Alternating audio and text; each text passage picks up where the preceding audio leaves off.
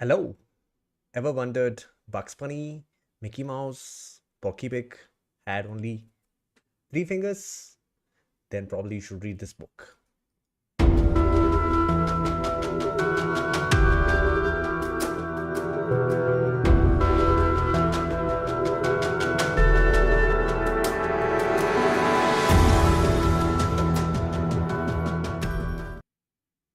Yes.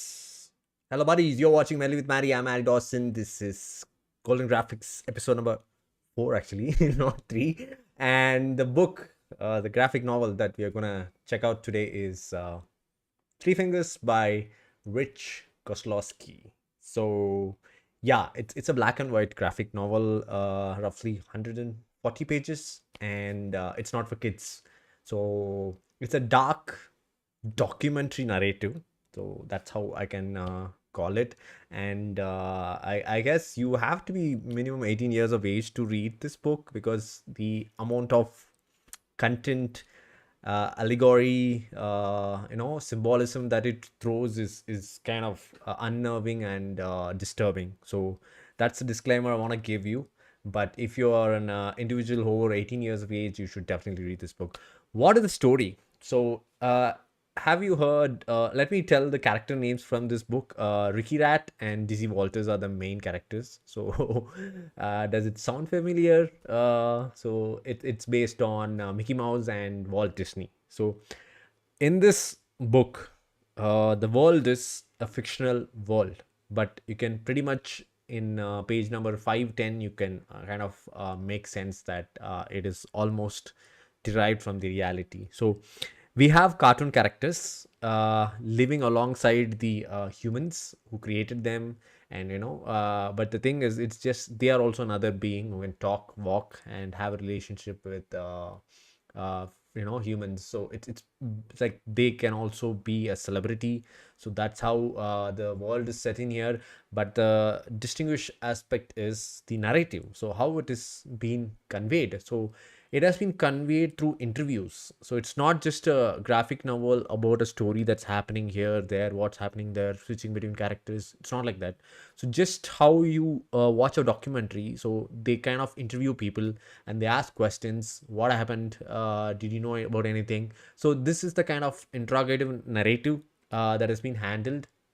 And of all this, it's the graphic novel. So you get to see all this as sketches, like you read a documentary. It's like you feel like you're reading a documentary, like how what kind of feel you would get watching a documentary, the same kind of feeling you get reading this. So this is the narrative and the story. So now what happens? So what is the mysterious or compelling element that makes you read this Three Fingers graphic novel?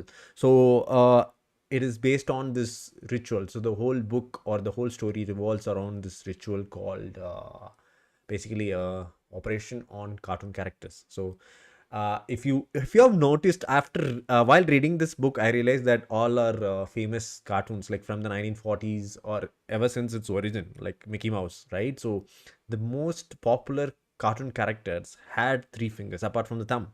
So why is that? And always they wore gloves. So it's kind of the pattern is pretty common in different what do you say, production. So doesn't matter whether it's Walt Disney or some other production house, right? So the popular cartoon characters are having three fingers and they were wearing gloves. I failed to observe this growing up watching cartoons, a lot of cartoons, a diverse set of cartoons. So I was aware of Bugs Bunny and Warner Bros. Cartoons are really famous, and Mickey Mouse also was famous, but I didn't watch much of it because it was from the 1940s, I guess. So, but I failed to see this pattern. But while reading this book, you kind of acknowledge that okay, all the popular cartoon characters had three fingers and they were wearing gloves. So why is that? So it's like giving answer this to this question. So that's the graphic novel. So it is based on this mysterious operation called the ritual, where the cartoon characters are being operated by the humans, so that it's like basically removing two fingers and they become three fingers. So that's like a basic requirement to get into the industry, Hollywood, and then try to get famous. So Mickey Mouse is famous, and he became a huge star because he had three fingers. Okay, he was born with three fingers. So everybody thought that, misinterpreted that, if you want to be lucky, if you want to get famous, if you want to become a very great star in Hollywood, then you have to go through the ritual, get operated, and you should have three fingers. And it kind of resonates. Like most of the popular characters are having three fingers. So this is like a cult that is going on, and over a period of time, the government and the legal system gets into picture, and they're being investigated. So this is actually like exploitation, right? So exploiting the cartoon characters. So humans are exploiting the cartoon characters. Like, that's wrong. So who is doing these rituals? Are there any secret societies behind these rituals? Who is making these decisions? Is the production house involved? Does the producer know? Does the cartoon character give consent to these kind of rituals? So you can see that as I narrate you this story, it's very compelling, at least for me. Even though it was disturbing and kind of weird reading it, it had this mysterious element gripping. Like, I was hooked onto this novel till the end. So it had just 5 chapters, so 130 pages is not a big deal, right? So it's just, and it's a graphic novel, so you can finish in a day. So but it's not that kind of fun, happy, or heartwarming story. It's very realistic, and I guess the analogy is plastic surgeries that celebrities do to become or to have the perfect face and to become famous and to get more roles. So they do these plastic surgeries, right? So I guess that's one analogy, the symbolism. Apart from that, you have this racism and all kind of realistic problems are there in this fictional world as well. So when you read this book, you kind of find it almost similar to the world that we live in, and except the only difference is that in this graphic novel you have the cartoon characters living, right? So when I used to watch cartoons in childhood, I had this dream of when I was watching, I want to get into that cartoon world and be a character among those characters. So that is the, what do you say, baby dreams. But when you read this book, you kind of feel like it's almost messed up and very disturbing. Like, if you ever lived in a world where cartoon characters are real, it's going to be bleak, gloomy, and utterly disgusting. So that's all I can say.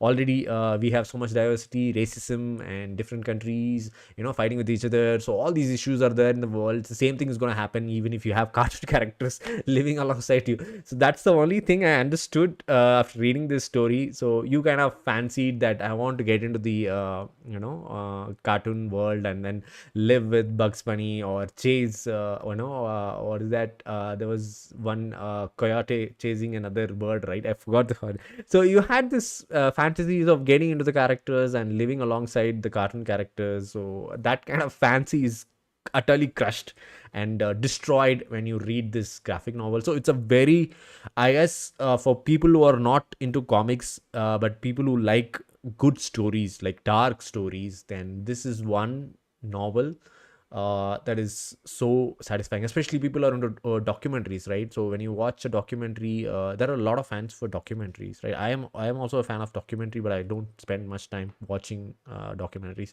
So the narrative is told in documentaries. That's the on the sketches. So that's, again, it differentiates. So it's not like a linear event. So there are interviews in between, and then they are showing the historical events through photos and pictures, news articles. So it's more intriguing, like you're reading a magazine, like that has been a magazine or article that has been written by a very resourceful author who has spent like 10-20 years decoding what happened in Hollywood, what happened behind the screens, how cartoon characters were treated, what kind of exploitation went through. So it's like, I guess it was written in, I mean, it was created in 2002. It's like the what do you say? The Me Too movement for cartoon characters, like how they were being exploited. So that's the kind of fictional world it created. So let me show you the narration. I mean, the sketches. And I get, yeah, I read it in my Kindle, but I'm showing you it in my iPad, so I don't have the facility to display the Kindle. This is pretty bad, pretty sick, you know. I can just show you all the sketches like a go. That's how convenient is my iPad. Yeah, so it's black and white sketch. You can see they are setting the tone of the what do you say, the story, like it's going to be very dark. So it's going to be about three fingers, right? So the title is three fingers, and straight away they're getting into the story. Like it's not what you think. It's not like a, you know, happy cartoon story that you're going to read. And it starts straight away. It starts like this is how the story is going to be. Ricky Rat, you know. So I guess it's a critical work because they show you how cartoon characters would look if, I mean, if they had aged. See, we always saw cartoon characters happy and then singing songs, you know, Popoy. Maybe nowadays they're showing it in different age groups. What if they had aged? Like, this is like a sketch that shows that what if this Ricky Rat is around 60 or 70. So the you can see in the shadows, and it's you see how difficult it would have been to be sketching it's like there is no light on the character, so it's pretty much like an anonymous interview, but they tell it's Ricky Rat, which is Mickey Mouse in real life, former toon actor. So it kind of starts off with this interview, and then one perspective from the studios. Excuse me. Sorry. God bless me. Yeah. So there are multiple people getting interviewed. So there are humans as well as cartoon characters, and it keeps on. And now and then we see the articles like what happened in the beginning, how Hollywood came into picture, and who dominated, how cartoon characters came into life. So initially, Ricky Rat was just, you see, these are the previous celebrities, like, you know, Chaplin. They would show Chaplin and other celebrities, and how Dizzy Walters, which is Walt Disney, had inspiration to create stories and movies that shows cartoon characters. So everyone was making silent movies and then exploring sound, you know, with real actors. But Walt Disney is the guy who made cartoon movies, right? So like, what do you say? Seven Dwarfs. Those kind of very epic and classical movies. So how he found Ricky Rat? So he just he used to be a musician, piano artist. So you kind of see. So it's pretty much, you can make out that it is being it's an analogy for Mickey Mouse. So the names were interesting, Ricky Rat and Dizzy Walters. So yeah, so he happened to meet Ricky Rat in a performance, musical performance, and they began to collaborate, and they made, see, this is a collaboration, and they started making movies. So the first ever movie, you know, where, let me just show you that. Where is the first ever movie? I have not watched any of Mickey Mouse movies. I have seen clips in YouTube, but there is this famous movie. I think that's the first movie of Mickey Mouse where it is riding a boat. You know, kind of. Uh, wait, let me get that. Where is that? Where is that? Where is that?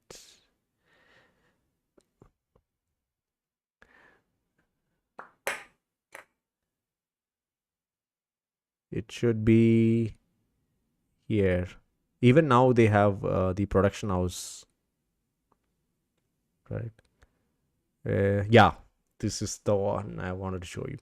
So I guess this is the production animation logo for, I mean, animation for the Walt Disney. So even now we have that. So in the actual animation we have Mickey Mouse riding a wheel, right? I mean, it's kind of operating the wheel. Here it's kind of operating levers. So it's almost based on reality. No, you can just tell that they just went by fictional names and trying to depict a story, imagine story where cartoon characters and humans are living alongside, and what kind of issues they would have faced. So they just concentrated on operation, the ritual. So every one who wants to get famous, like in real life, if you see in film industry, people do plastic surgery to make their face look better, like have the perfect chin.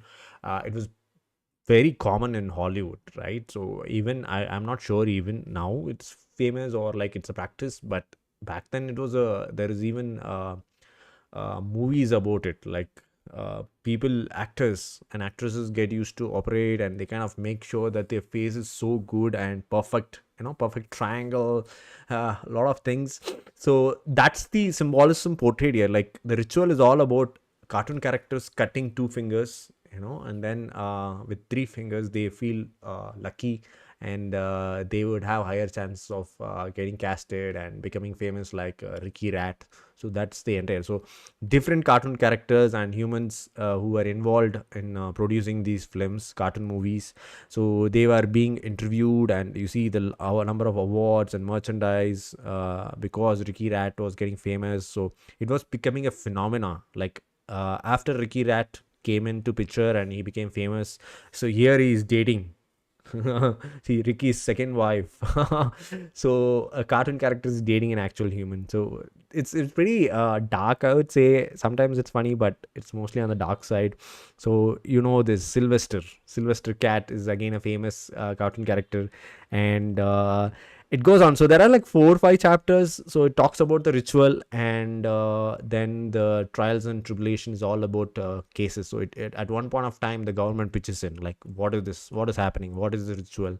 It's kind of it's consent is from the toon characters, or toon characters are being exploited, like in order to star in a cartoon movie, you have to get operated and remove your finger. Is that a condition, untold condition, something like that? So everybody is being interviewed, and in between this news article, so it's kind of the flow is pretty neat and fluent, and certain characters, when they speak, they have their own accent, and even that accent is being told. So it's here, if you see, the cartoon characters are transformed. So it's Martin Luther King's speech, and the cartoon characters are superimposed on those scenes. So they are kind of trying to create a world where you kind of believe that, okay, the toon characters are real and they are celebrities. So just like real human celebrities, the toon characters are also celebrities, but after a period of time. So this is Lion King. So to fictionalize, they just given the name like King Lion, former toon actor. So Lion King, Lion King was the what do you say? It was one of those movies that had a huge box office collection, and it became it kickstarted a trend, right? So lot of interviews like this, and then the final chapter is about the specialist. So the specialist, no one knows how he looks. Like, he's a guy, he's a mysterious guy, and he's the one who does the operations and performs the ritual. So the ritual is nothing but, as I told, cutting off the fingers, so that the two actors have better chance to be casted and then become stars. And it's a very interesting read. And I mean, I was just beginning to read manga and exploring this other comics, like not non superhero comics, right? So I was like, okay, uh, let me read and explore all these non superhero comics. So I didn't know, like, there were comical stories in graphical novels, like, apart from Superman, Batman, or DC, Marvel stories.